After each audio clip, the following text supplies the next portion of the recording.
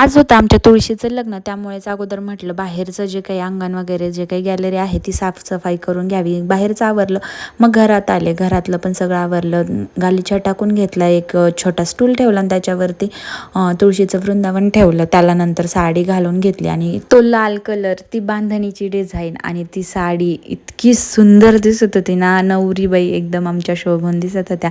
त्यानंतर तुळशीला मुखवटा लावला, दागिने घातले. त्यानंतर नवरदेवाची पण तयारी केली आणि ऊस मामा पण लग्नाला आले होते बरं का. त्यानंतर बाहेर रांगोळी वगैरे काढली आणि हळदीचं लेपन करून घेतलं. प्रदोष काळ झालेला होता म्हणून रांगोळीत पण एक छोटंसं तुळशी वृंदावन ठेवलं आणि रांगोळीला 4 चांद लागले. पण रांगोळीला खरी शोभा दिवे ठेवल्यानंतरच येते, त्यामुळे अगोदर दिव्यांची तयारी करून घेतली. पण आज कार्तिक पौर्णिमा पण होती म्हणून मी तो खोबऱ्याचा दिवा पण रेडी करून घेतला. माझं आवरलं आणि मग फायनली रांगोळीत दिवे ठेवले आणि दिवे ठेवल्यानंतर रांगोळीचे लुक बघा तुम्ही किती सुंदर आला.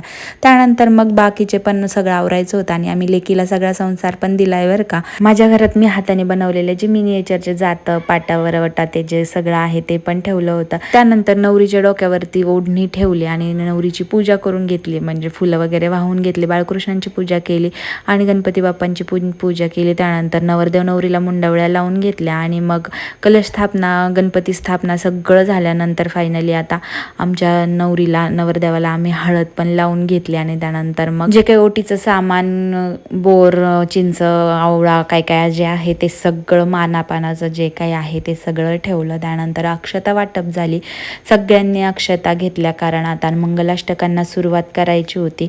त्या अगोदर हार वगैरे घेऊन पण 2 जण 2 साईडला मी उभे केले होते आणि त्यानंतर थोडेफार डेकोरेशन वगैरे झालं आणि असं सुंदर असं लुक आमच्या नवरदेव नवरीचं होतं. आणि त्यानंतर मग मंगलाष्टका सुरू झाल्या, अंतरपाठ धरल्या गेला आणि प्रॉपर लग्नासारखं लग्न आमच्या घरी आज आमच्या लेकीचं म्हणजे तुळशीचं पार पडलं. खूप छान वाटत होतं आणि खूप एन्जॉय पण केला आम्ही आणि एकदम मस्त वाटत होतं. लेकरांनी पण खूप एन्जॉय केलं. नंतर लेकरांनी दर्शन वगैरे घेतलं.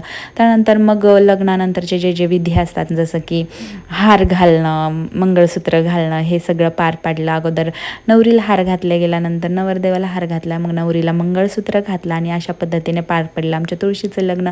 लग्न झाल्यानंतर वराडी मंडळी सगळे खाली गेले आणि मस्त फटाकडे वाजवले. त्यानंतर कार्तिक पौर्णिमेचं जे काही दीपदान होतं ते सुद्धा मी आज करून घेतलं.